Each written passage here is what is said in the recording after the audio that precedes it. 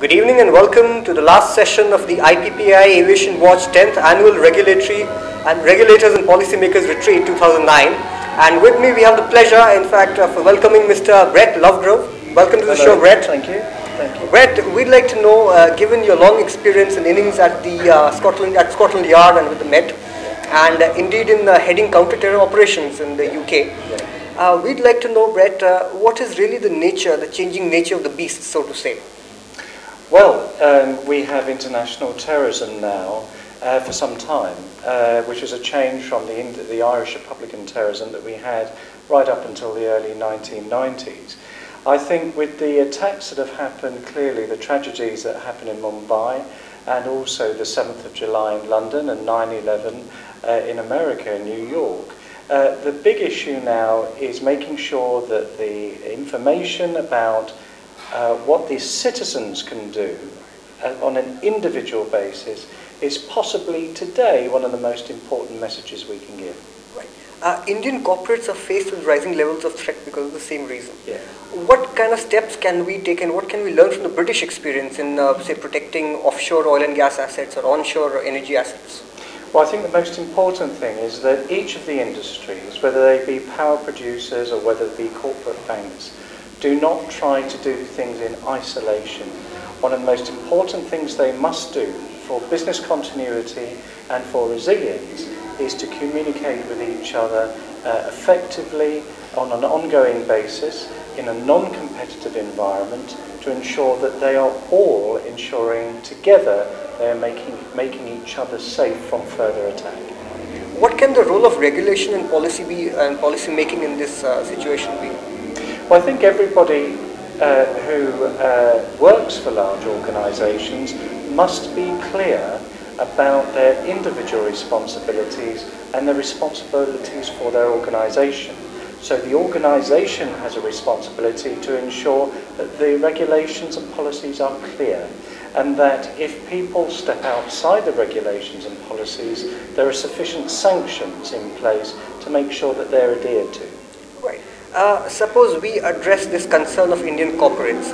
Where would you begin from? Would you begin from a holistic analysis of where they are and where they need to be? Is that how you I think you're absolutely right. I think what Mumbai, or indeed India, needs to do is to undertake a large scoping exercise which reveals where things are working well, because clearly there are things working well in India, and where there needs to be more work. And once that risk analysis is done, you can identify specifically where specialist expertise is required from either individuals or companies like mine.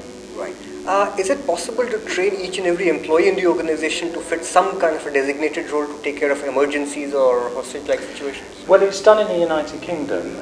If you take a large organisation or even a medium enterprise, you will find that there are specific workers in specific roles that are charged with a specific response if something happens or if something is threatened. So clearly it is possible, but I think there needs to be investment in time, in money, not a lot of money, but particularly training, the investment in the individuals themselves by the organisation.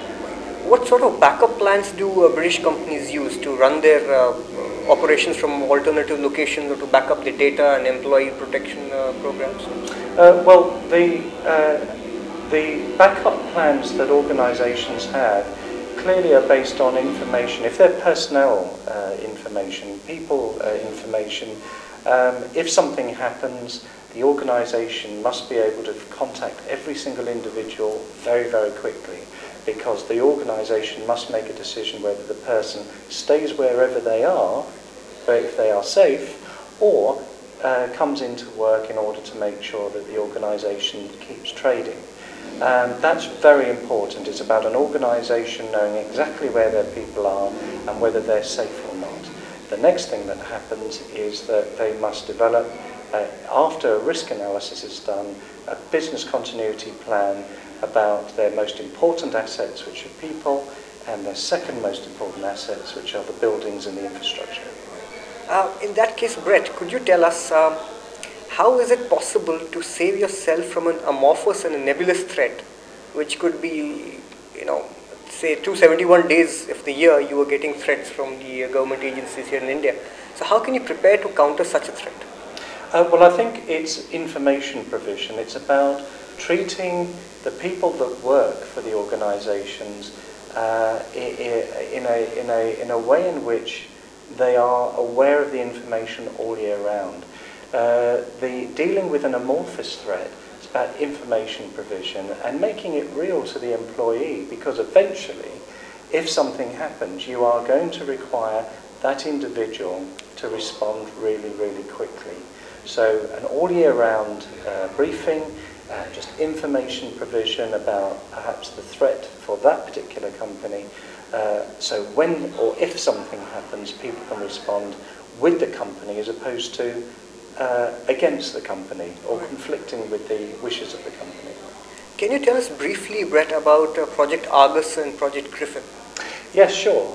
They certainly go hand in hand, but the difference is Project Griffin was originated in the City of London, and its main purpose is to ensure that the public sector policing organisations and the private sector guarding industry work together to identify hostile reconnaissance.